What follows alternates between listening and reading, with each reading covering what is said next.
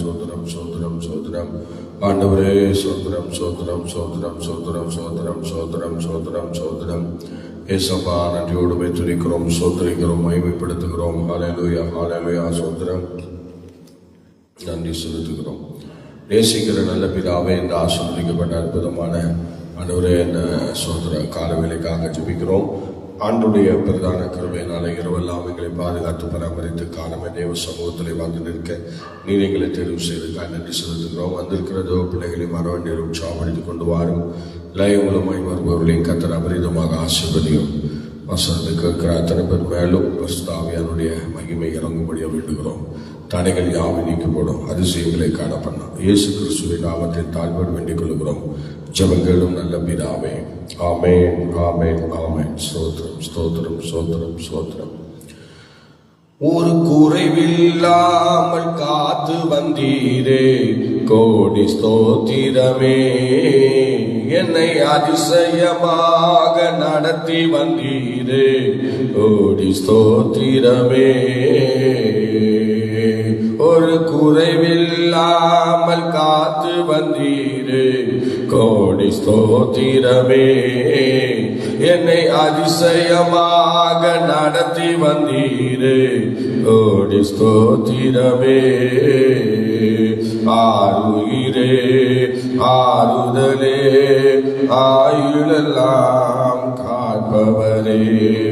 ஆருயிரே ஆறுதலே, ஆயுளெல்லாம் காப்பவரே. குறைவில்லாமல் காத்து வந்தீரே, கோடி ஸ்தோத்திரமே. என்னை அதிசயமாக நடத்தி வந்தீரே, ஆயிரம் சோத்திரமே. அதினாயிரம் சோத்திரமே. என் முன்னே சென்றீரே, பயணத்தை காத்தீரே. என் முன்னே சென்றீரே, பயணத்தை காத்தீரே. மகிமையால் மூடிக்கொண்டீரே, எங்கள் குடும்பத்தை காத்து வந்தீரே. மகிமையால் மூடிக்கொண்டீரே, எங்கள் குடும்பத்தை காத்து வந்தீரே.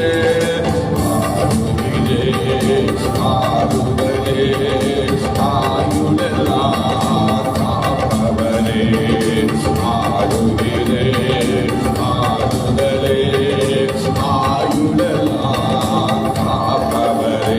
ஒரு குறைவில்லாமல் காத்து வந்தீரே, கோடி ஸ்தோத்திரமே. என்னை அதிசயமாக நடத்தி வந்தீரே, ஆயிரம் சோத்திரமே. அதினாயிரம் சோத்திரமே. வருஷத்தை நன்மையினா கொடி சோட்டி மகிழ்ந்தீரே. வருஷத்தை நன்மையினா கொடி சோட்டி மகிழ்ந்தீரே. பாதைகள் நெய்யாய் பொழிந்தீரே, எல்லா பாதைகள் நீங்கி மகிழ்ந்தீரே. பாதைகள் நெய்யாய் பொழிந்தீரே, எல்லா பாதைகள் நீங்கி மகிழ்ந்தீரே. ஆறுதலே ஆறுதலே, ஆயுளெல்லாம் காப்பவரே. ஆறுதலே ஆறுதலே, ஆயுளெல்லாம் காப்பவரே. ஒரு குறைவில்லாமல் நடத்தி வந்தீரே, ஸ்தோத்திரமே. அதினாயிரம் ஸ்தோத்திரமே. என் விளக்கை ஏற்றினீரே, என் இருளை அகற்றினீரே. என் விளக்கை ஏற்றினீரே, என் இருளை அகற்றினீரே. எதிரியின் கண்கள் முன்பாக என் தலையை நிமிர செய்தீரே. எதிரியின் முன்பாக என் தலையை நிமிர செய்தீரே. ஆறுதலே ஆறுதலே ஆயுளெல்லாம் ஆறுதலே ஆறுதலே ஆறுதலே ஆயுளெல்லாம் ஆறுதலே. ஒரு குறைவில்லாமல் காத்து வந்தீரே. கோடி ஸ்தோத்திரமே. என்னை அதிசயமாக நடத்தி வந்தீரே. ஆயுள ஸ்தோத்திரமே. ஆதிராயுள ஸ்தோத்திரமே. உள்ளங்கைகளிலே என்னை வரைந்து வைத்தீரே. உள்ளங்கைகளிலே என்னை வரைந்து வைத்தீரே. நீர் என் நாசன் என்றீரே. உன்னை எப்படி மறப்பேன் என்றீரே. நீர் என் நாசன் என்றீரே. உம்மை எப்படி மறப்பேன் என்றீரே. ஆறுதலே ஆறுதலே ஆயுளெல்லாம் காப்பவரே. ஆறுதலே ஆறுதலே ஆயுளெல்லாம் காப்பவரே. ஒரு குறைவில்லாமல் காத்து வந்தீரே. கோடி ஸ்தோத்திரமே. ஒரு வழியெல்லாம் நடத்தி வந்தீரே. ஆதிர ஸ்தோத்திரமே. ஆதிராதிர ஸ்தோத்திரமே. ஒரு குறைவில்லாமல் காத்து வந்தீரே. கோடி ஸ்தோத்திரமே. என்னை அதிசயமாக நடத்தி வந்தீரே. ஆதிர ஸ்தோத்திரமே. ஆதிராதிர ஸ்தோத்திரமே. என் முன்னே சென்றீரே. பயணத்தை காத்தீரே. என் முன்னே சென்றீரே.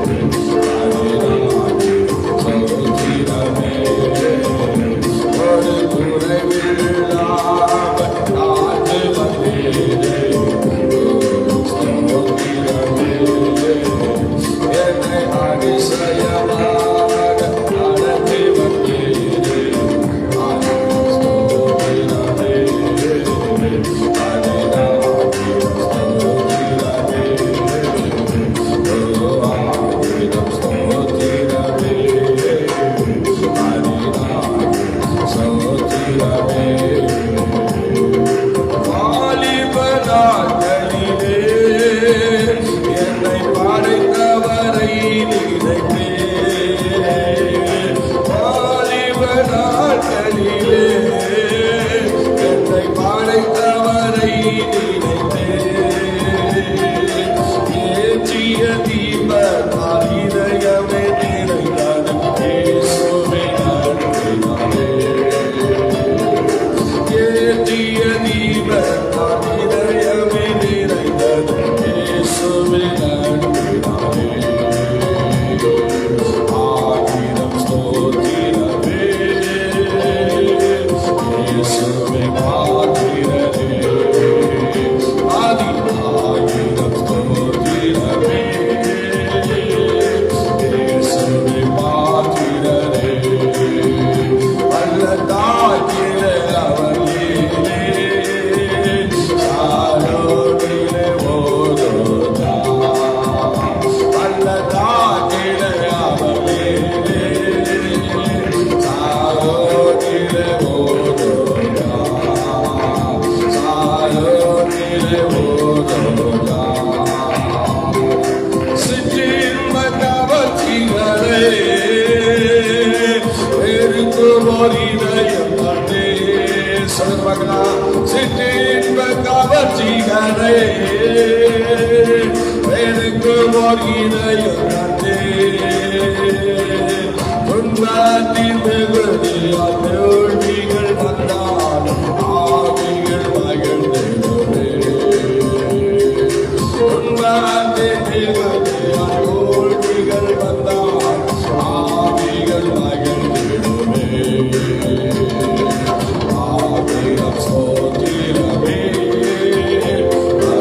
ஆயிரம் ஸ்தோத்திரமே. ஆயிரம் ஸ்தோத்திரமே இயேசுவே பாத்திரரே.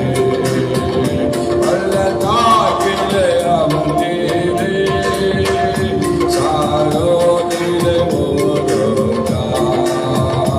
அல்லதாகிற அவரிலே சாரோனிலே ஓதோதா.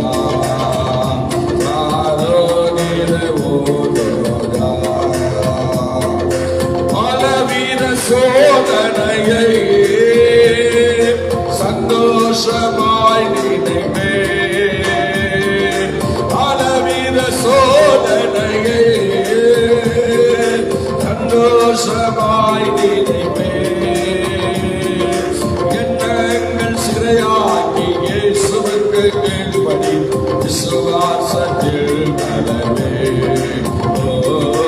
எண்ணங்கள் சிறையாக்கி இயேசுவுக்கு கீழ்ப்படி விசுவாசத்தில் நலவே. ஆயிரம் ஸ்தோத்திரமே ஆயிரம் ஸ்தோத்திரமே.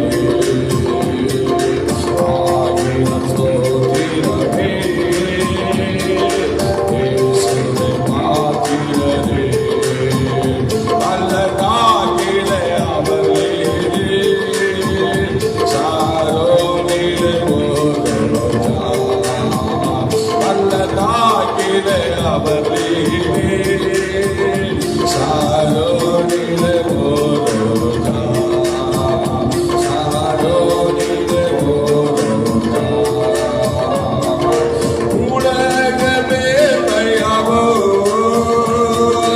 நஷ்டமாயே நீடுமே. உலகமே தயாவோ நஷ்டமாயே நீடுமே. சிறுமை சுமப்பதே லாபமாய் நினைத்து சாத்தானை முறியடிப்பே. சிறுமை சுமப்பதே லாபமாய் நினைத்து சாத்தானை முறியடிப்பே. ஆயிரம் ஸ்தோத்திரமே ஆயிரம் ஸ்தோத்திரமே. ஆயிரம் ஸ்தோத்திரமே இயேசுவே பாத்திரரே. அல்லதாகிற அவரிலே சாரோனிலே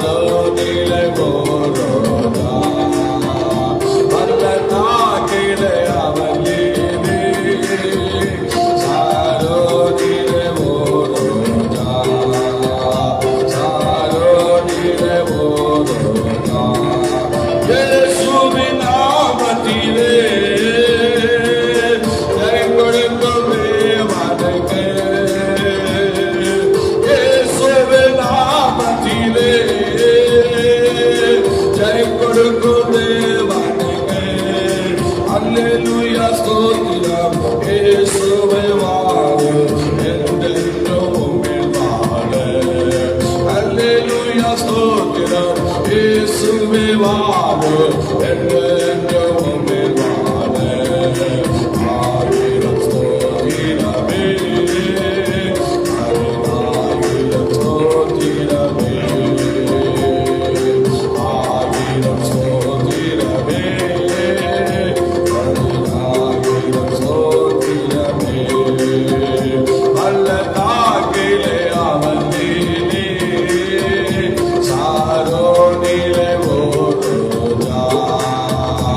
அல்ல தாக்கிலே அவன் நீனே சாரோனிலே ஓரோஜா.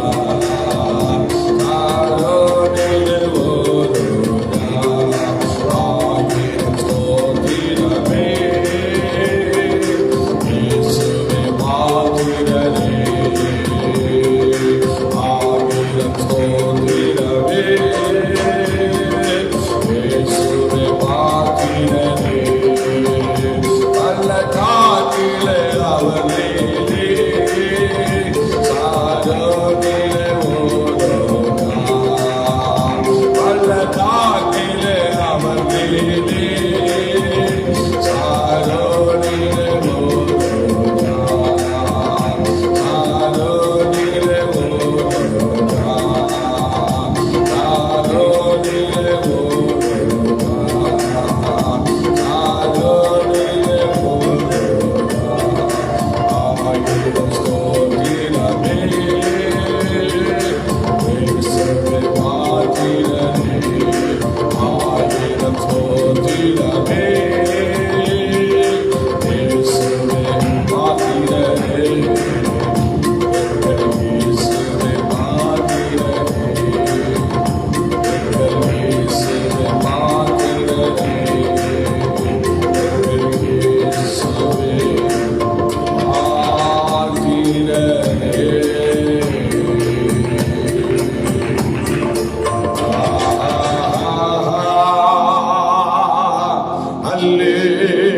அல்லேலூயா. அல்லேலூயா.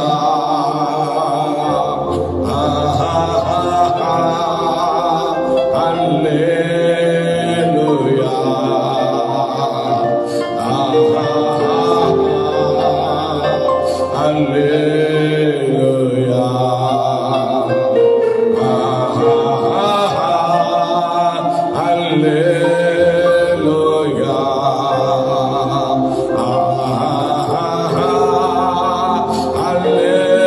அல்லேலூயா.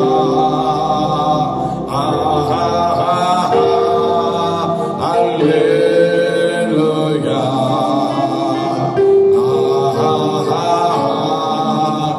அல்லேலூயா. அல்லேலூயா.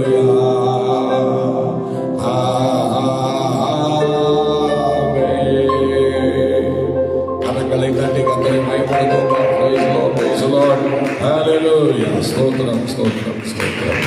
கர்த்தருடைய நாமம் மகிமைப்படுவதாக. இந்த கால வேளையிலே தேவ சமூகத்திலே வந்திருக்கிற நம்மை கர்த்தர் ஆசீர்வதிப்பாராக. ஸ்தோத்திரம். ஆண்டுடைய நாமம் மகிமைப்படுவதாக. தர்மேன கால வேளையிலே ஸ்தோத்திரம். கர்த்தருடைய சமூகத்திலே தேவ ஜனங்கள் தேவனை ஆராதிக்கிற அந்த நாளை ஸ்தோத்திரம் அலட்சியம் பண்ணினதினால் அவர்களுக்கு வந்த சில விளைவுகளை அங்கே நம்ம பார்க்கிறோம். ஸ்தோத்திரம். அதனால இப்போ நம்ம அந்த காரியங்களை குறித்து நம்ம ஸ்தோத்திரம் பார்க்கலாம். ஸ்தோத்திரம். நீங்கள் படியுங்கள். யாத்ராமத்தின் புஸ்தகம் 31ஆம் அதிகாரம் 11, 12 இந்த வசனங்களை நாம் படிக்கும்போது ஸ்தோத்திரம் எடுத்துக்கொள்ளுங்கள். யாத்ராமத்தின் புஸ்தகம். ஹல்லேலூயா. ஸ்தோத்திரம். 31ஆம் அதிகாரம். ஸ்தோத்திரம். Praise the Lord. Hallelujah. Hallelujah. ஸ்தோத்திரம் ஸ்தோத்திரம் ஸ்தோத்திரம். 11, 12 நான் வாசிக்கிறேன். அபிஷேக தைலத்தையும் பரிசுத்த தைலத்தையும் கந்த வர்க்கங்களாகிய தூப வர்க்கத்தையும் நான் உனக்கு கட்டளையிட்டபடியே அவர்கள் செய்ய வேண்டும் என்றார். மேலும் கர்த்தர் மோசேயினிடத்திலே, நீ இஸ்ரவேல் புத்திரரை நோக்கி, நீங்கள் என் ஓய்வு நாட்களை ஆசரிக்க வேண்டும். உங்களை பரிசுத்தப்படுத்துகிற கர்த்தர் நான் என்பதை நீங்கள் அறியும்படி இது உங்கள் தலைமுறை தோறும் உங்களுக்கு அடையாளமாய் இருக்கும் என்றார். நல்ல கவனிங்கள். கர்த்தருடைய ஓய்வு நாள் 13ஆம் வசனம் தெளிவாக சொல்கிறது, நீ இஸ்ரவேல் புத்திரரை நோக்கி, நீங்கள் என் ஓய்வு நாட்களை ஆசரிக்க வேண்டும். உங்களை பரிசுத்தப்படுத்துகிற கர்த்தர் நான் என்பதை நீங்கள் அறியும்படி இது உங்கள் தலைமுறை தோறும் எனக்கும் உங்களுக்கும் அடையாளமாய் இருக்கும் என்றார்கள். ஹல்லேலூயா. இப்ப ஆண்டவர் இந்த காரியங்களை இஸ்ரவேல் ஜனங்கள் மத்தியிலே ஸ்தோத்திரம், இந்த 613 கற்பனைன்னு சொல்றாங்கல்ல, அந்த கற்பனையில இதுவும் ஒன்றாக தான் இருக்கிறது. ஆனால் இந்த ஒரு கற்பனையை அவர் கற்பனையா சொல்வதற்கு முன்னதாகவே அவர் என்ன செஞ்சுட்டாரு? ஸ்தோத்திரம் செஞ்சுட்டாரு, கொடுத்துட்டாரு மக்களுக்கு. 6 நாள்ல தன் கிரியெல்லாம் முடித்து 7ஆம் நாளோ என்ன செய்தார்? ஓய்ந்திருந்தார் என்று ஆதியாகமத்தின் புஸ்தகத்திலே நாம் படிக்கிறோம். ஸ்தோத்திரம் பாருங்கள். ஸ்தோத்திரம் அவர் 6 நாட்களுக்குள்ளே எல்லாத்தையும் என்ன செஞ்சுட்டாரு? பறிச்சுட்டு 7ஆம் நாள்ல அவர் என்ன செஞ்சாரா? ஓய்ந்திருந்தார் என்று சொல்லப்பட்டிருக்கிறது. ஸ்தோத்திரம். ஆகவே அது ஒரு பெரிய ஒரு ஆசீர்வாதம். பார்த்தீங்களா? ஸ்தோத்திரம். எல்லா நாளையும் ஆண்டவர் எடுத்துக்கல, ஒரே ஒரு நாள் அவர்கிட்ட எடுத்துக்கிட்டாங்க. ஸ்தோத்திரம். அதனால எல்லா நாளும் அந்த 6 நாளுக்குள்ள அவர் படைப்பெல்லாம் முடிச்சுட்டு 7ஆம் நாள்ல கர்த்தர் என்ன செய்கிறார்? ஓய்ந்திருக்கிறார். ஸ்தோத்திரம். அதைத்தான் நம்ம என்ன செய்கிறோம்? ஆதியாகமத்தின் புஸ்தகத்திலே நம்ம படிக்கிறோம். ஸ்தோத்திரம். அல்லேலூயா. ஸ்தோத்திரம். அப்ப ஸ்தோத்திரம், இந்த எல்லா நாளும் ஸ்தோத்திரம் ஆண்டவர் எடுத்துக்காம இந்த ஒரு நாளை மாத்திரம் நீ எனக்கு கொடுத்துரு என்று சொல்லி அவர் அந்த நாளில் என்ன செய்கிறார்? ஓய்ந்திருக்கிறார். அல்லேலூயா. அல்லேலூயா. ஸ்தோத்திரம். அதனால தேவ பிள்ளைகள் ஆரம்பத்திலேயே கர்த்தர் அந்த ஓய்வு நாளை ஒதுக்கிறார். அந்த ஒரு நாள் அவருக்கு தேவைன்னு சொல்லி அந்த ஆரம்பத்திலேயே ஒரு நாள் ஒதுக்கிறாரு. அதை கற்பனையில ஸ்தோத்திரம் வருது. 10 கற்பனையில ஒரு கற்பனை அதுவும் இருக்கு. ஸ்தோத்திரம். பாத்தீங்களா? ஆண்டவர் அதை மீண்டும் மீண்டும் வலியுறுத்துறாரு. ஸ்தோத்திரம். அந்த இஸ்ரவேல் ஜனங்களுக்கு மாத்திரம் அவர் சொல்லல, ஆரம்பத்திலேயே ஆதாம் ஏவாள் காலத்திலே என்ன பண்ணாரு? அந்த நாளை ஒதுக்கி வச்சுட்டாரு. 7ஆம் நாள் சொல்லி அவருக்கு உகந்த நாள் என்று சொல்லி அந்த நாளை அவர் வச்சுட்டார். ஸ்தோத்திரம். ஸ்தோத்திரம். நீங்க அதில் 2ஆம் அதிகாரம் ஸ்தோத்திரம் 1-2 வசனங்களை படிக்கும்போது, எவ்விதமாக வானமும் பூமியும் அவைகளின் சர்வ சேனையும் உண்டாக்கப்பட்டு தீர்ந்தன. தேவன் தாம் செய்த தம்முடைய கிரியையை 7ஆம் நாளிலே நிறைவேற்றி தாம் உண்டாக்கின தம்முடைய கிரியைகளை எல்லாம் முடித்த பின்பு 7ஆம் நாளிலே ஓய்ந்திருந்தார். இல்லையா? சொல்லுங்க. 7ஆம் நாள் என்ன செய்தார்?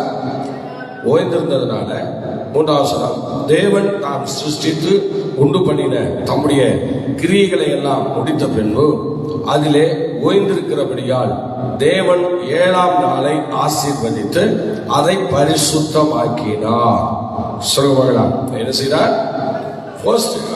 மனிதனை உண்டாக்கி உடனே அவனுக்கு ஒரு கட்டளை கொடுத்தாருன்னா, அந்த கட்டளை நீ 7ஆம் நாள் என்ன செய்யணும்?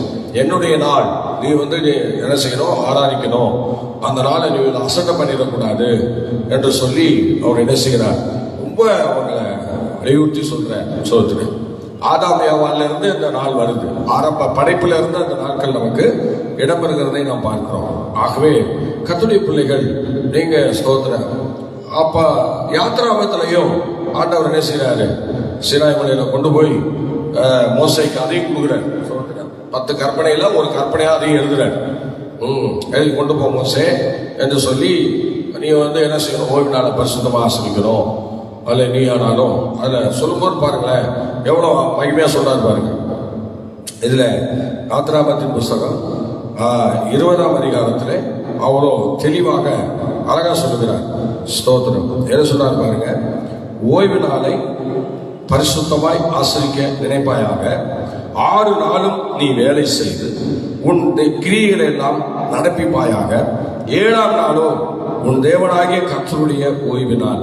அதிலே நீ ஆனாலும் உன் குமாரனானாலும் உன் குமாரத்தி ஆனாலும் உன் வேலைக்காரனானாலும் உன் வேலைக்காரியானாலும் உன் பாருங்கள், உன் வேலைக்காரியானாலும் உன் மிருக ஜீவன்கள் ஆனாலும் உன் வாசல்களில் இருக்கிற அந்நியரானாலும் யாதொரு வேலையும் செய்ய வேண்டாம். கர்த்தர் 6 நாளைக்குள்ளே வானத்தையும் பூமியையும் சமுத்திரத்தையும் அவைகள் உள்ள எல்லாவற்றையும் உண்டாக்கி 7ஆம் நாளிலே ஓய்ந்திருந்தார். ஆகையால் கர்த்தர் ஓய்வு நாளை ஆசீர்வதித்து அதை பரிசுத்தமாக்கினார். பார்த்தீங்களா, இந்த ஓய்வு நாட்களை கர்த்தர் ஆசீர்வதிச்சிருக்கிறார். அதனால இப்போ கிறிஸ்தவர்கள் அப்படின்னு சொன்னாலே என்ன செய்யணும், வாரத்தில் ஒரு நாள் அதை ஸ்தோத்திரம் கொடுத்துடணும். இதே பழைய ஏற்பாட்டில் நமக்கு என்ன சொல்லியிருக்குன்னா, ஓய்வு நாளையும் ஸ்தோத்திரம் ஆசீர்வதிச்சு ஆயத்த நாள் முதல் நாள், வாரத்தின் முதல் நாளிலும் ஆராதிக்க வேண்டும் என்று மோசையின் மூலமாக கட்டளை கொடுக்கப்பட்டது. அப்படின்னா முதல் நாளிலும் ஆராதனை, கடைசி நாளிலும் ஆராதனை. ஸ்தோத்திரம். பார்த்தீங்களா, முதல் நாளிலும் ஆராதனை, கடைசி நாளிலும் ஆராதனை. அதனால 2 நாளும் ஆராதனைக்குரிய நாளாக மோசே நியமிச்சிருந்தாலும் இங்கே முக்கியத்துவம் கிறிஸ்துக்குள்ள வந்த பிறகு, இயேசு வந்த பிறகு சோதனை என்ன செய்கிறார், அவர் உயிர்த்தெழுந்த நாளாக கருதப்படுகிற சண்டே, ஞாயிற்றுக்கிழமை தான் முதல் நாளாக கருதப்படுகிறது. அந்த நாளில் தான் பரிசுத்த ஆவியானவர் பூமிக்கு வந்தார். அதிலிருந்து என்ன செய்கிறார்கள், ஆராதனை நாளாக அந்த நாளை நியமித்து சோத்திர வாரத்தின் கடைசி நாளை ஆயத்த நாளாக சோத்திர வைத்து இப்பொழுது உலகம் எங்கிலும் தேவனை சண்டே ஆராதித்துக் கொண்டிருக்கிறார்கள். எல்லா இடங்களிலும் இப்போ ஆராதனை ஞாயிற்றுக்கிழமை நடைபெறுகிறது. முஸ்லீம் கண்ட்ரியில் கூட ஞாயிற்றுக்கிழமை ஆராதனை வச்சுட்டாங்க. துபாயிலெல்லாம் முன்னாடி ஆராதனை கிடையாது, வெள்ளிக்கிழமை ஆராதனை வச்சுருந்தாங்க. ஆனால் இப்போ என்ன செஞ்சுட்டாங்க, துபாயிலையும் ஞாயிற்றுக்கிழமை ஆராதனை பண்ணிட்டாங்க. எல்லா ஆராதனை ஞாயிற்றுக்கிழமையும் நீங்கள் பண்ணிக்கங்கன்னு சொல்லிட்டாங்க. அதனால இப்போ என்னாச்சுன்னா, துபாயிலெல்லாம் ஞாயிற்றுக்கிழமை ஆராதனை பண்ண ஆரம்பிச்சிட்டாங்க. அது மாதிரி உலகத்தில் எல்லா இடங்களிலும் ஞாயிற்றுக்கிழமை ஆராதிக்கணும் என்று சொல்லி, வாரத்தின் முதல் நாளிலே ஆராதனை செய்ய வேண்டும் என்று சொல்லி ஆண்டவர் அதை வலியுறுத்தி இன்னைக்கு உலகம் எங்கிலும் இந்த நாளை கர்த்தருக்கென்று ஒப்பு கொடுக்கப்பட்டிருக்கிறது. நல்லா கவனிக்கணும், ஆண்டவர் சொன்னது என்னவென்றால், என் மகிமையை நான் வேற ஒருத்தனுக்கு கொடுக்க மாட்டேன்னு சொல்லியிருக்கிறேன். நல்லா கவனிக்கணும், அந்த கர்த்தருடைய நாளை, நீ ஆராதனை நாளை நீங்க யாருமே என்ன செய்யக்கூடாது, யாருக்கும் கொடுக்க கூடாது என்று ஆண்டவர் அதை விரும்பல. பழைய ஏற்பாட்டு காலத்துல அவர் என்ன செய்யறாருன்னா, அவர் ரொம்ப ஸ்ட்ராங்கா இருந்தார். ஆமா, நீங்க நினைக்கிற மாதிரி இல்லை, அவர் ரொம்ப ஸ்ட்ராங்கா இருந்தார். ஸ்தோத்திரம். அல்லேலூயா. ஆமா, அந்த கர்த்தருடைய நாள் என்று சொல்லும்போது அவருக்கு ரொம்ப பயங்கரமான பிடிச்ச ஒரு நாள். நீங்க எண்ணாகமத்தின் புஸ்தகம் 15ஆம் அதிகாரம் அதை நான் படிக்கும் போது பாருங்கள், அதில் 15ஆம் அதிகாரத்திலே வீரமாக சொல்லுகிறார். எண்ணாகமத்தின் புஸ்தகம், ஹல்லேலூயா, 15ஆம் அதிகாரம், அதில் ஸ்தோத்திரம் 33 இருந்து சில வசனங்களை நம்ம படிச்சோம்னா அதில் சில விஷயங்களை அங்கே சொல்லுகிறார். அதை கவனிங்க. 33ஆம் வசனம் முதல், அவர்கள் தங்களுக்கு உண்டானவைகள் எல்லாவற்றோடும் உயிரோடே ஸ்தோத்திரம் ஸ்தோத்திரம் ஹல்லேலூயா கர்த்தருடைய நாள் 15:33 36 ஸ்தோத்திரம்.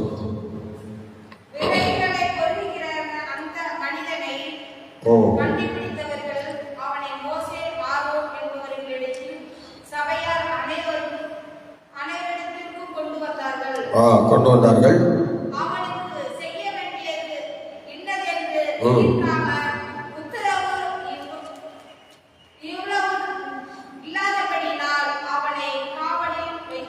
காவலில் வைத்தார்கள்.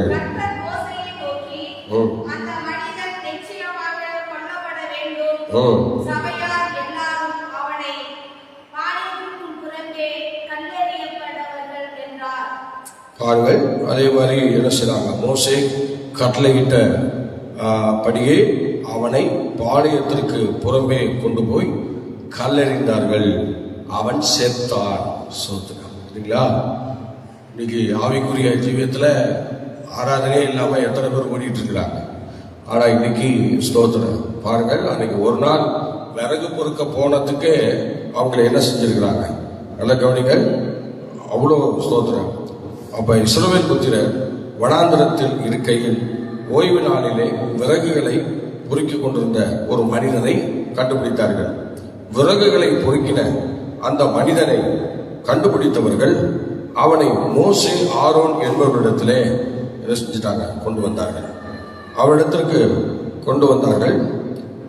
அவனுக்கு செய்ய வேண்டியது இன்னதென்று தீர்க்கமான உத்தரவு எதில் வராததினால் அவனை காவலில் வைத்தார்கள். பாருங்க, இஸ்ரவேல் ஜனங்கள்லாம் சேர்ந்து இந்த வேலையை செய்யறாங்க. அப்ப அந்த ஜனங்களுக்குள்ள அவங்க ஃபேமிலிஸ்ல கூட யாரும் ஓய்வு நாளை அவமதிக்க கூடாது. சோதரம் பாத்தீங்களா, 6 லட்சம் புருஷர்கள் அங்கிட்ட வச்சிருக்கிறாரு. அதுல ஒருத்தம் கூட ஓய்வு நாளை என்ன செய்யக்கூடாது, மட்டமா எண்ணிடக்கூடாது. சோதரம் எவ்வளவு ஒரு இதா இருந்திருக்காங்க. ஒரு குடும்பம் என்ன விறகுகளை பொறுக்க போனவங்களை தான் பிடிச்சி கட்டி வச்சுட்டாங்க. பாளையத்துக்கு புறம்பே பிடிச்சி கட்டி வச்சுட்டாங்க. மோசே வந்தாரு.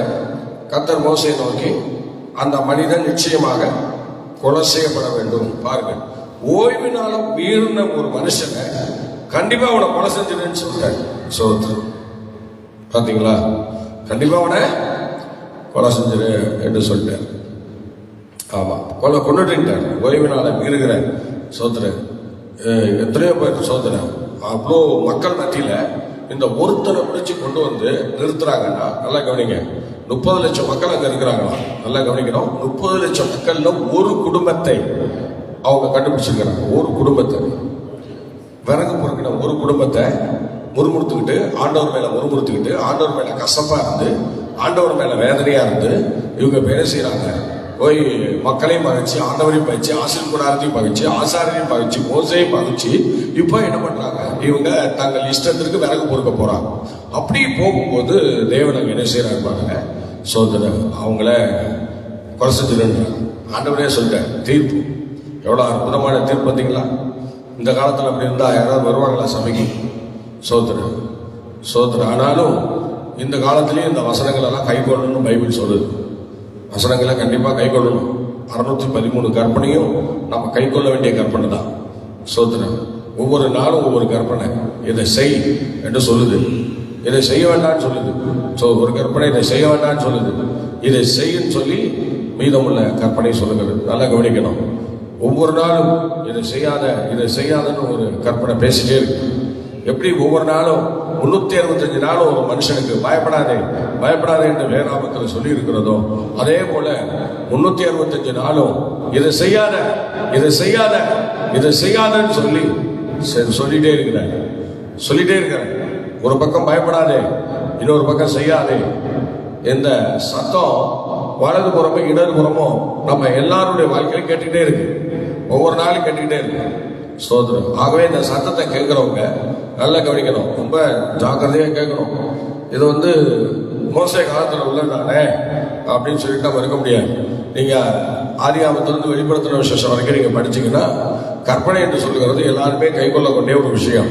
இயேசு அதை கை கொண்டாருன்னு சொல்லுது.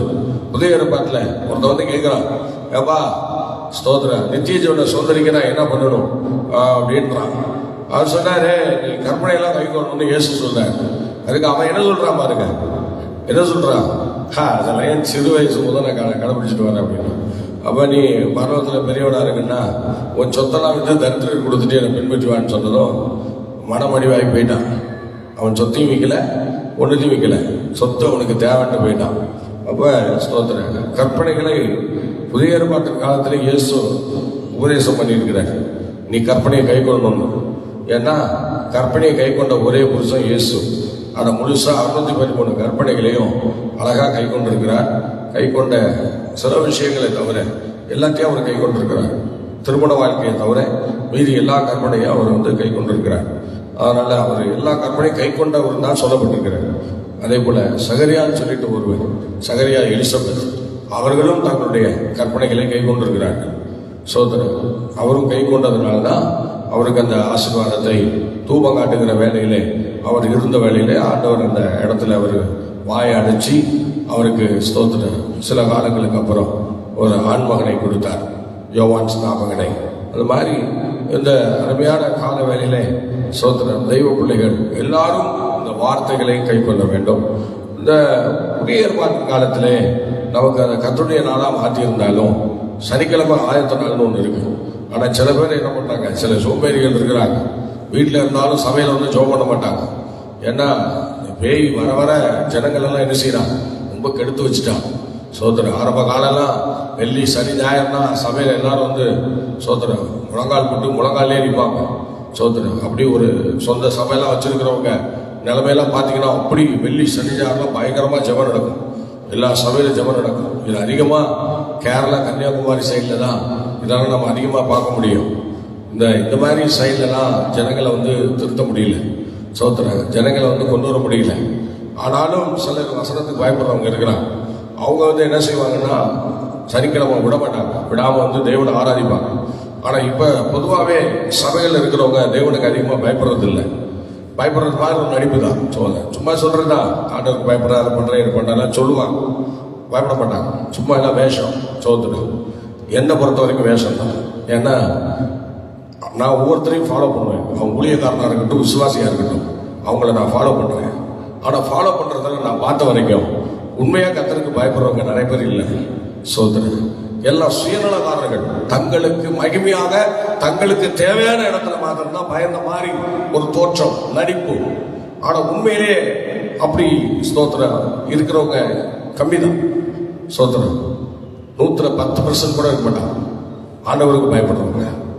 ஸ்தோத்திரம் அப்படி செய்யறது தான் நடிகர்கள், அவ்வளவுதான். வேற எந்த ஒரு விஷயத்திலையும் அவங்க மாறி இருக்க மாட்டாங்க. அவங்க ஜெபம் பண்ணி என்ன பிரயோஜனம்? அதனால தான் ஆண்டவரே பிடிச்சி ஸ்தோத்திரம் எழுதிட்டாரு, ஒதுக்கி வச்சுட்டாரு. ஸ்தோத்திரம் ஜெபம் எனக்கு தேவையில்லை போட்டு சொல்லி ஒதுக்கி வச்சுட்டாரு. ஸ்தோத்திரம் சபையில் எல்லாராலும் ஜெபிக்க முடியாது பார்த்தீங்களா? ஸ்தோத்திரம் அண்ணாள் 24 மணி நேரம் சபையில் வந்து ஜெபம் பண்ணிட்டு இருந்தாங்கன்னா கிருபை, அதான் கிருபை பெற்றார். ஸ்தோத்திரம் அண்ணாள் வந்து இருதயத்தை தேவசமத்தில் வந்து ஊற்றிட்டு இருந்தாங்கன்னா அந்த அண்ணாளுக்கு தேவன் கொடுத்த கிருபை. ஸ்தோத்திரம் எல்லாருக்கும் அது முடியாது, எல்லாருக்கும் அது முடியாது. ஸ்தோத்திரம் எதுக்கு ஊற்றணுங்க? ஸ்தோத்திரம் அன்றாட நமக்கு தேவையில் சந்திக்கப்படுது, நம்ம எதுக்கு நம்ம இருதயத்தை ஊற்றணும்? ஒன்றும் தேவையில்லை. 3 வேளை சாப்பாடு, உடுக்க உடை, தங்க இடம், இது 3 கிடைச்சதுன்னு வச்சுக்கோங்களேன், யாருமே ஆண்டவருக்கு பயப்படணும் தேவையே கிடையாது. ஸ்தோத்திரம் ஏன்னா வேலைக்கு சாப்பாடு, வேலைக்கு ட்ரெஸ்ஸு, தங்க இடம், இது 3 கரெக்டாக இருந்துச்சுன்னா யாரும் ஆண்டவருக்கு பயப்பட மாட்டாங்க. ஸ்தோத்திரம் சில ஜனங்கள் இதெல்லாம் இல்லாத வசதி இல்லாத மக்கள் இருக்காங்க பார்த்தீங்களா? நாளைக்கு பிள்ளைகளுக்கு என்ன சாப்பாடு செய்வேன், நாளைக்கு நான் இதை எப்படி கொடுத்துட்டு போவேன்னு சொல்லி கஷ்டப்படுறாங்க பாருங்க. அவங்களுக்கு ஒரு பயம் இருக்கும். அவங்க அடுத்த நாள் போட்டு போகிறதுக்கு நல்ல ட்ரெஸ் இருக்காது, அடுத்த நாள் சாப்பிடுவதற்கு நல்ல சாப்பாடு இருக்காது, நாளைக்கு காலையில் பிள்ளைகளுக்கு நான் சாப்பாடு கொடுக்கணும் என்ன செய்வது என்று சொல்லி யோசிப்பாங்க, ரொம்ப கஷ்டப்படுவாங்க. ஸ்தோத்திரம் மீது எல்லாம் இந்த மாதிரி இப்போ கர்த்தருடைய சமூகத்தில் தரித்திருக்கிற அனுபவங்கள் யாருக்குமே கிடையாது. அந்த காலத்துல எல்லாம் வந்து முழங்கால் போட்டாங்கன்னா அவ்வளோதான், 2 மணி நேரம் 3 மணி நேரம் முழங்கால் போட்டு ஜெபம் பண்ணிட்டு தான் போவாங்க. ஸ்தோத்திரம் நான் வளர்ந்த சபையில் அப்படிதான். எல்லாம் இந்த கிருபாசனம் உபதேசமாக இருக்கிறதுனால எல்லாம் என்ன செய்வாங்க, ஸ்தோத்திரம் நிறைய டீச்சர்ஸ்லாம் வருவாங்க. கன்னியாகுமரியை சேர்ந்த டீச்சர்ஸ்லாம் அப்படியே வந்தாங்கன்னா அவங்க பாட்டு முழங்காலே நிற்பாங்க. ஸ்தோத்திரம் எங்கள் ஒய்ஃபு 3 மணி நேரம் 4 மணி நேரம் முழங்காலே நிற்பாங்க. தினமும் நைட்டில் தூங்க மாட்டாங்க. தூங்காமல் ஸ்தோத்திரம் தூக்கம் வருதுன்னு சொல்லிட்டு பட்டாணிகளை வாங்கி வச்சுக்குவாங்க. ஸ்தோத்திரம் அவங்க ஆலயம் கட்டுவதற்காக அங்கே கும்பகோணத்தில் நல்ல மேய்ப்பன் என்கிற அந்த ஆலயத்தில் தான் நாங்கள் இருந்தோம். அந்த ஆலயம் கட்டப்படுவதற்காக 5.5 மாதம் ஸ்தோத்திரம் மனைவி அந்த இடத்துல சாப்பிடாம, நைட் சாப்பிட மாட்டாங்க, சாப்பிடாம முழங்காலில் நின்று ஜெபம் பண்ணுவாங்க. 3 மணி நேரம் 4 மணி நேரம், நைட்டு 1 மணி 2 மணின்னு அப்படியே ஜெபம் பண்ணிகிட்டே இருப்பாங்க. அந்த முழங்கால் போட்டு ஜெபம் பண்ணுற நேரத்தில் தூக்கம் வந்துடும். ஆனால் அந்த தூக்கமும் வரக்கூடாதுங்கிறதுக்காக பட்டாணி கடலை வாங்கி வச்சுக்குவாங்களாம். வாங்கி வச்சுட்டு தூக்குற நேரத்தில் போட்டு கட்டுமுட்டுன்னு கடிச்சிட்டு அந்த வழியில் தூக்கம் போயிடும். ஸ்தோத்திரம் அப்புறம் கண்டினியூவாக ஜெபம் பண்ணுவாங்களாம். இப்படி ஜெபம் பண்ணி அந்த இடத்துல இன்னைக்கு ஒரு பெரிய தேவாலயம் உருவாகிருக்கிறது. பெரிய தேவாலயம் உருவாகிருக்கிறது மாத்திரம் இல்லை, அது ஸ்டேஜாக இருக்குது. இன்னைக்கு அதில் ஸ்டேஜில் தேவதாசர்கள் நின்று ஆராதிக்கிற இடமா அந்த இடத்த கர்த்தர் மாற்றிருக்கிறார். அல்லேலூயா சொல்லுவோமா? அல்லேலூயா. இப்படி மகிழ்வான காரியங்களை கர்த்தர் செய்கிறாருங்க. ஆகவே எனக்கு அன்பான தேவனுடைய பிள்ளை, தொடர்ந்து நீங்கள் ஸ்தோத்திரம் அந்த மாதிரி இடங்கள்ல பரிசுத்த ஆவியானவரை மகிமைப்படுத்தும் போது ஆண்டவர் நல்ல வல்லமையாக கிரியை செய்வார். அந்த மாதிரி சரித்திரம் படைக்கணும். ஒவ்வொருத்தரும் சரித்திரம் படைக்கணும். ஆண்டவருக்காக நிற்கணும். என்ன வந்தாலும் ஏது நடந்தாலும் சோதனை ஆராதனையை விடக்கூடாது. ஆராதனை நாளை நம்ம என்ன செய்யக்கூடாது, விடக்கூடாது. சோதனை அந்த நாளை நம்ம கனப்படுத்தணும். ஏன்னா சில பேர் இந்த ஆராதனை நாளை கனப்படுத்துனா அவங்களால முடியறதில்லை. வந்தா லேட்டாக வருவாங்க. சோதனை இப்போ ஆராதனையெல்லாம் போயிடுச்சு. அப்போ உள்ள ஆராதனை வேற. இப்பெல்லாம் இந்த சேர் வந்துதா, சேர் வந்ததுல இருந்து இருக்கிற ஆராதனை போயிடுச்சுங்க. செத்துட்டாங்க. ஆவியில எல்லாம் செத்து போயிட்டாங்க. சோத்திரம் உண்மையா தாங்க. நிறைய சபையில நான் பார்க்குறேன், சேர் போட்ட சபையெல்லாம் செத்து போயிட்டாங்க. சோத்திரம் நீ எந்த சபையை எடுத்துங்க, நீ சேர்ல உட்காந்து ஆராதிக்கிற வரைக்கும் உனக்குலாம் இந்த ஆராதனையே கிடையாது. சோத்திரம் ஆமா, சேர்ல உட்காந்து ஆராதனை பண்றேன்னு சொல்றது ஆண்டவரை கணயனப்படுத்துற மாதிரி நீங்க பண்றீங்க. ஆரம்ப காலத்துல இருந்து ஆசிரியர் கூடாரத்துல இருந்து அவங்க ஆலயம் கட்டினதுல இருந்து 3 ஆலயங்களை கட்டினாங்க. எந்த ஆலயத்திலையும் சேர்லாங்க இல்லை. சோத்திரம் எல்லாம் குப்புறதான் கிடப்பாங்க. என்னமோ இப்போ வந்த காரியம் எல்லாம் வெளிநாட்டவர் செய்யற அந்த காரியத்தை பார்த்துட்டு எல்லா சபையிலும் இப்ப சேர். சோத்திரம் சேரை போட்டு மக்களை கெடுத்தாச்சு. ஆராதனைய சோத்திரம் தேவ மகிமை நிறைஞ்ச ஆராதனைய வெளியே தள்ளியாச்சு. சபையை விட்டு வெளியே தள்ளியாச்சு. சேர் போட்ட இடங்கள்லாம் ஒரு ஆராதனை எல்லாம் ஒழுங்கா இல்லை. அவன் கீபோர்டை போட்டு அழுதிட்டு இருப்பான். பார்த்தீங்களா, நான் ஒரு பாட்டு பாடுறேன், அவன் சைடு கீபோர்டை போடுறான். அவன் ஒரு அடி அடிக்கிறான், நான் ஒரு ரயில பாட்டு பாடிட்டு இருக்கேன். இப்படிதான் சோத்திரேன். கீபோர்டு போடுறதும் ஒழுங்கா போட மாட்டான். பாடுறவன் கஷ்டப்பட்டு பாடினாலும் அவனுக்கு மரியாதை கிடையாது. சோத்திரம் இது என்ன ஆராதனை 1 மணி நேரம் போயிடும். நிறைய சபைகளை போட்டி ஆராதனையில பாட்டு பாடும் போதே அங்க பிரச்சனை நடக்கும். சோத்திரம் கீபோர்டு போடுற ஒழுங்கா போட மாட்டான். ஆரம்ப காலத்துல ட்ரம்ஸ் தாங்க அடிச்சா போதுங்க, பாட்டு ஓடிட்டே இருக்கும் பாருங்க. சோத்திரம் நான் ட்ரம்ஸ் அடிக்கிறவன், செம்மையா அடிப்பேன். சோத்திரம் என் கை போறதே தெரியாது, அவ்வளோ மகிமையா இருக்கும். அடிச்சு நேரம் நல்லா அருமையா ஜோம் பண்ணிட்டே இருப்போம். அவ்வளோ மகிமையா போயிட்டே இருப்போம் மேல. சோத்திரம் அபிஷேகத்துல நிறைஞ்சிட்டே இருப்போம். நீங்க அந்த அபிஷேகம் இருக்கான்றீங்களா? கிடையாது. எல்லாம் அந்த காலத்தோட போயிடுச்சு. இப்போ ஸ்தோத்திரம் கீபோர்டு இசைக்கேற்ற கீபோர்டுக்கு ஏற்றதான் பாட்டு. பார்த்தீங்களா, கீபோர்டுக்கு ஏற்ற மாதிரி பாட்டு, அந்த தாளத்துக்கு ஏற்ற மாதிரி பாட்டு. சோத்திரம் அதனால அதெல்லாம் ஒரு அபிஷேகம்லாம் சொல்ல முடியாது. அபிஷேகம்லாம் அது உண்மையான அபிஷேகம்லாம் இல்லை. ஏதோ ஒரு ஆராதனை, அவ்வளோதான். நம்ம மன திருப்திக்கு ஒரு ஆராதனை, அவ்வளோதான். மற்றபடி பழைய ஆராதனை எல்லாம் கிடையாது. பழைய ஆராதனை எல்லாம் விரும்புறது இல்லை. எல்லாம் இப்போ தள்ளிட்டாங்க. பழைய ஆராதனை எல்லாம் தூக்கி போட்டு புதிய ஆராதனை, புதிய உடன்படிக்கை நேரம் வந்துட்டாங்க. அதனால புதிய ஆராதனை வந்ததுனால இன்னைக்கு ஆராதனையில நிறைய பேர் இன்னைக்கு என்ன செய்யறதில்ல, விடுதலை ஆராதனை பண்ண முடியல. அதனாலதான் விடுதலை இல்லை. எல்லா சபையிலும் பாருங்க வியாதிஸ்தம் நிறைஞ்சிருக்கிறான். பேய் பிசாசு பிடித்தவங்க நிறைஞ்சிருக்கிறாங்க. சோத்திரம் சில ஊழியக்காரர் வரும்போது தலையில கை வச்சா பொத்து நடுவான். என்ன விஷயம்? ஒழுங்கா ஆராதனை இல்லை, ஒழுங்கா கர்த்தரை துதிக்கிறது இல்லை. ஞாயிற்றுக்கிழமை ஆராதனை கிடையாது. சோத்திரம் அதே மாதிரி சனிக்கிழமை ஆயத்த ஜெபம் கிடையாது. இன்னைக்கு அந்த பழைய சபைகள் தான் அந்த மாதிரி இருந்துச்சு. ஏன்னா அந்த ஊழியக்காரெல்லாம் கொஞ்சம் பொறுமையா தாழ்மையா இருந்தாங்க. இப்போ உள்ள ஊழியக்காரெல்லாம் சுத்துறதுக்கே நேரம் பத்தாது. சோத்திரம் அங்க போன இங்க போனா அதை பண்ண இதை பண்ணும், இதான் வேலை. ஆனா அந்த காலத்துல ஊழியக்காரங்க சபையில சுருண்டு கிடப்பாங்க. சபையில தங்கி நல்லா ஊழியம் பண்ணுவாங்க. இப்ப அப்படி இல்லை. சோத்திரம் ஆமா, இப்ப சபை பார்ட் டைம் சபை. எல்லா சபையும் பார்ட் டைம் சபை. ஆமா, கொஞ்ச நேரம் தான் சபையில ஊழியம் பண்ணணும். மீதி நேரம்னா வெளியில் அவுட்டர் ஏதோ ஒன்று பண்ணிட்டு இருப்பாங்க. சோத்திரம் ஏதோ ஒன்று பண்ணிட்டு அவுட்டர்ல இருப்பாங்க. சோத்திரம் இப்படிதான் சபையெல்லாம் போட்டு கெட்டு போய் இன்னைக்கு தேவ மகிமை இழந்து நிற்குது. இன்னைக்கு ஆண்டவர் இயேசு அழைச்சிட்டு போகும்போது எந்த சபை போகும்போதுன்னு தெரியல. அன்னைக்கு பார்ப்போம். ஆனால் அன்னைக்கு எல்லாம் ஆயத்தமா இருக்கணும். அதுக்காக தான் இந்த கால வேலையில பர்டிகுலரா நீங்க என்ன செய்யணும், இந்த வசனங்களை கை கொள்ளணும். நீங்க எப்படியாவது ஆராதனையை விடக்கூடாதுன்னு சொல்லி நம்ம ஸ்தோத்திரம் ஆண்டவர் விதமா வலியுறுத்துகிறார். நீங்கள் ஏசாயா தீர்க்கதரிசன புஸ்தகம் 58ஆம் அதிகாரத்தில் நீங்கள் படிக்கும்போது கடைசி 2 வசனங்களை எவ்வளவு அருமையா சொல்றாரு பாருங்க. ஸ்தோத்திரம் ஸ்தோத்திரம் கர்த்தருடைய நாளை நீங்க அசட்டை பண்ணக்கூடாது. என்ன சொல்றாரு?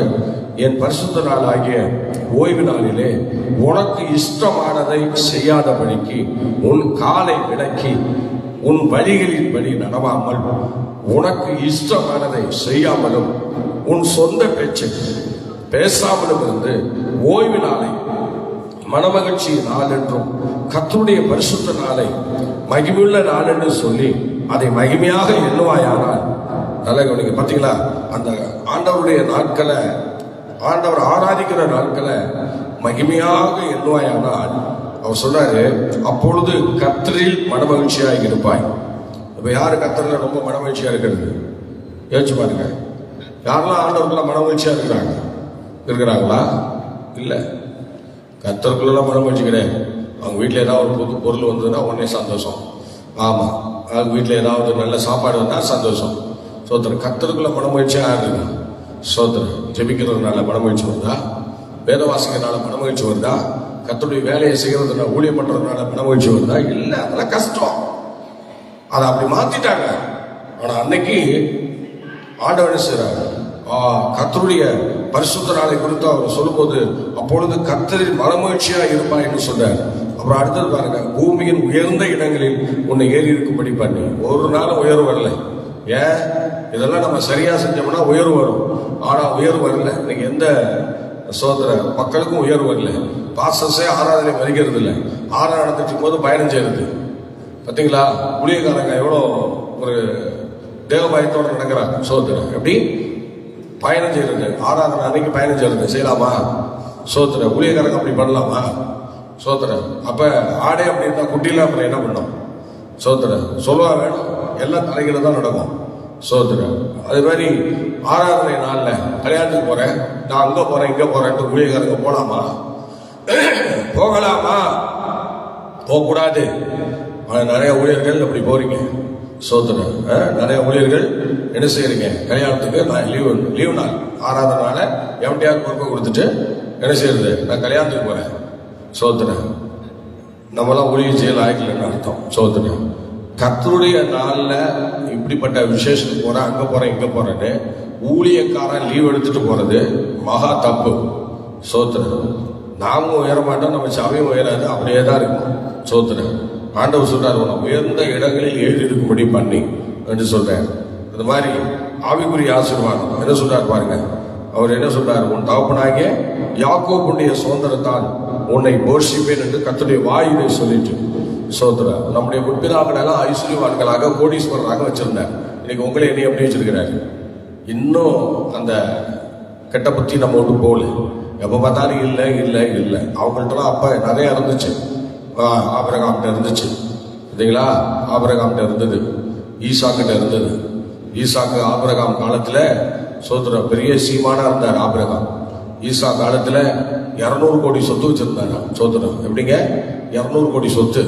ஆனா யாக்கோபுக்கு ஒரு சொட்டு கூட கொடுக்கல. யாக்கோபுக்கு ஒரு சொட்டு கூட கொடுக்கல. ஆனாலும் வனாந்தரத்துல வந்து ஆண்டவருக்கு பலிபீடத்தை கட்டினாரு. சோதர ஆமா போயிட்டு வந்து கட்டினாரு பாருங்க.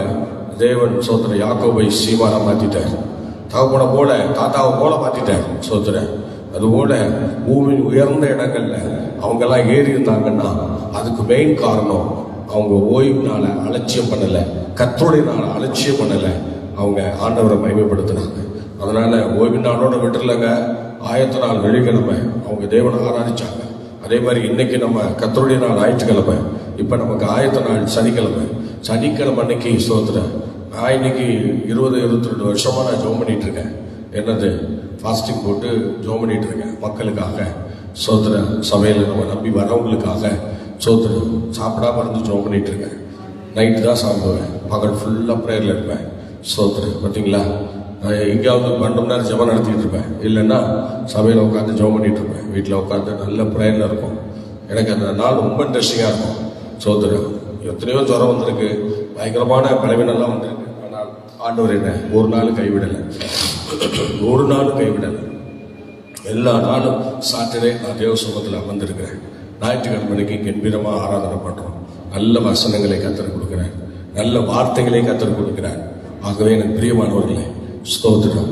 இதை சோதரன் வார்த்தைகளை கேட்கிற அநேகர் சோதரன் ஆறுதல் அடைகிறார்கள், ஆசீர்வதிக்கப்படுகிறார்கள். ஆகவே எனக்கு அன்பானவர்களே, ஆராதனையை நம்ம விடக்கூடாது. ஸ்தோத்திரம். இந்த வார்த்தைகளை கேட்டுக்கொண்டு சிலர் அழைப்பு கொடுக்குறாங்க, நம்ம மற்ற வெளி சபைகளுக்கு போய் நடத்தி கொண்டிருக்கிறேன். நல்ல கவனிங்க. ஸ்தோத்திரம். இப்படி ஆண்டவர் ஸ்தோத்திரம் நம்முடைய வசனத்தை கேட்குறாங்க. அதை கேட்டுட்டு ஸ்தோத்திரம் இந்த மாதிரி நீங்கள் எங்கள் சபைக்கு வரணும்னு கூப்பிடுறாங்க. அப்படி கூப்பிடும்போது நிறைய இடங்களுக்கு நாங்கள் போகிறோம். ஸ்தோத்திரம் போயிட்டுருக்கோம். ஆகவே எனக்கு பிரியமானவர்களே, நல்லா கவனிங்க. நீங்கள் கர்த்தருடைய நாளை அற்பமாக எண்ணக்கூடாது. ஸ்தோத்திரம். அற்பமாக எண்ணக்கூடாது. அந்த நாளில் உங்களுக்கு இஷ்டமானதை செஞ்சு உங்களை கெடுத்துக்கூடாது. என்ன சொல்கிறார் பாருங்க, பரிசுத்த நாளாகிய ஓய்வு நாளில் உனக்கு இஷ்டமானதை அன்னைக்கு செய்யக்கூடாது. நம்பர் 1 சொல்லுங்க, உனக்கு இஷ்டமானதை அன்னைக்கு நீ பண்ணக்கூடாது. உன் காலை விளக்கி உன் வழிகளின்படி அன்னைக்கு நடக்கக்கூடாது. ஸ்தோத்திரம். உனக்கு இஷ்டமானதை செய்யாமலும் உன் சொந்த பேச்சை அன்னைக்கு பேசக்கூடாது. அன்னைக்கு தான் எல்லாரும் லீவ் போட்டு கும்மாளம் அடிக்கிறது. ஸ்தோத்திரம். பத்தியெல்லாம் அன்னைக்கு தான் எல்லாம் கும்மாளம். ஸ்தோத்திரம். இன்னைக்கு லீவ் நாளில் நம்ம எல்லாம் சேர்ந்து ஒன்றா என்ன செய்வோம், சாப்பிடுவோம். எப்படி அன்னைக்கு தான். ஸ்தோத்திரம். என்ன சிஸ்டர் சர்ச்சுக்கு வரல அப்படின்னா, எங்கள் வீட்டுக்கு மீன் எடுத்து கொடுத்துட்டாரு பாஸ்டர், அதை ஆக்குறதுக்கே நேரம் ஆயிடுச்சு, அவ்வளோதான் சர்ச்சுக்கு வர முடியல. எப்படி பார்த்தீங்களா, ஆண்டவர் எப்படி சொல்லி வச்சிருக்கிறாரு, எப்படி மக்கள் நடக்கிறாங்க பாருங்க.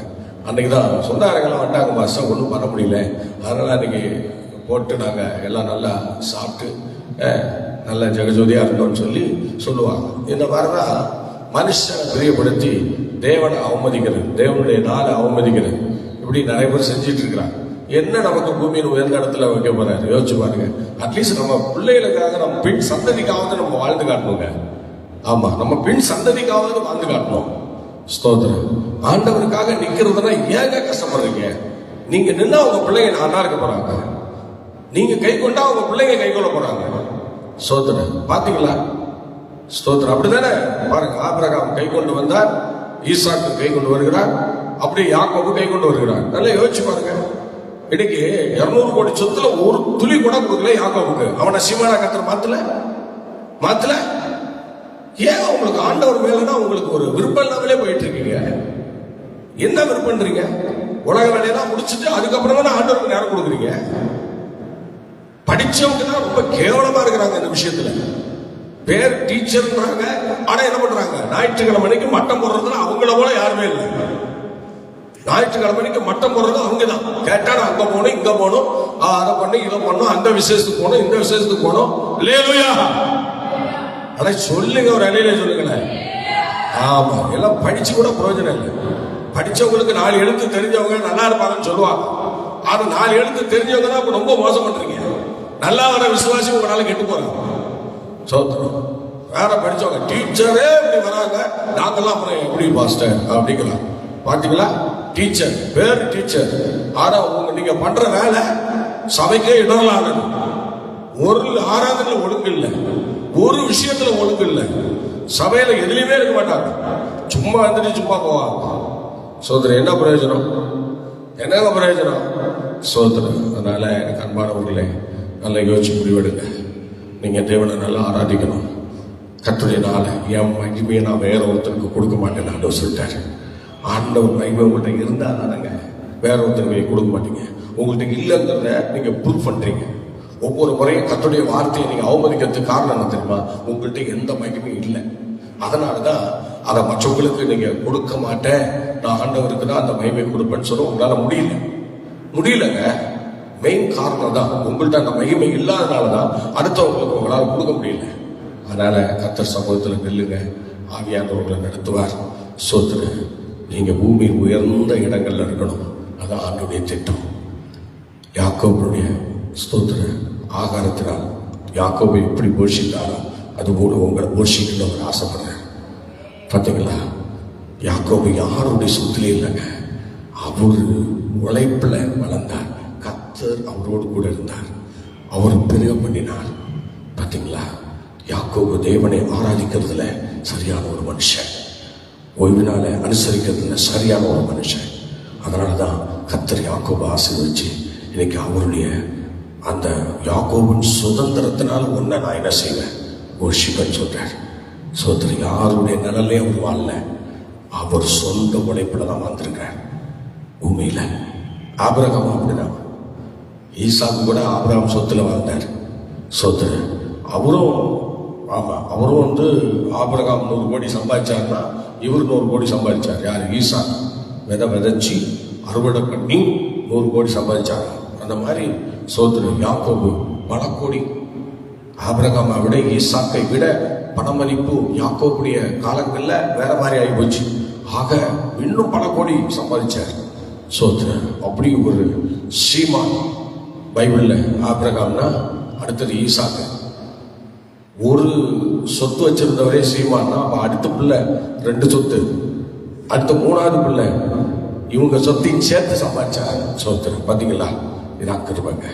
ஆகவே எனக்கு பிரியமானவர்களே, நீங்க ஆராதனை கனம் பண்ணுங்க. ஆண்டவர் உங்களை பூமியின் உயர்ந்த இடத்துல வச்சு உங்களை ஆசீர்வதிப்பார். ஆராதனைக்கு பாத்திரரா நடங்க சோதரா. சனிக்கிழமை தேவனை ஆராதிக்கிற நாள். அந்த நாள்ல உங்க முழங்கால முடக்கி ஆராதனைக்காக ஜெபிக்கிறவங்களா இருந்தா கர்த்தர் உங்களை சபையை தாங்குறவங்க விடவே மாட்டாருங்க. சபையை தாங்குறவங்க, சபையை நேசிக்கிறவங்க கண்டிப்பா ஆண்டவர் அவங்கள கையில வச்சுக்குவாரு. சபைக்கு விரோதமா பண்றவங்க தான் ஆண்டவருக்கு தேவையில்லை. ஆனா சபைக்கு பிரயோஜனமா ஒருத்தர் இருக்கிறான்னா கர்த்தர் அவங்கள கையில வச்சுக்குவாரு. பாத்தீங்களா? சாட்டர்டே உனக்கு லீவு இருந்தாலும் தேவசபத்தில் வரமாட்டீங்கல்ல, அதுதானே ஒரு கஷ்டம், தலைவலி. அதனால ஞாயிற்றுக்கிழமை ஆராதனைக்காக முதல் நாளே தேவ சமூகத்துல வந்து ஜெபிக்கிறவங்களை நான் பார்த்துருக்கேன். அதுல எங்க அம்மா ஒண்ணு நல்ல ஜோம் பண்ணுவாங்க. அப்படியெல்லாம் ஜோம் பண்ணினால்தான் இன்னைக்கு நான் ஆராதனையை நடத்துகிறவனா மாறிட்டேன். அது என்னுடைய தாயினுடைய ஜெபம்.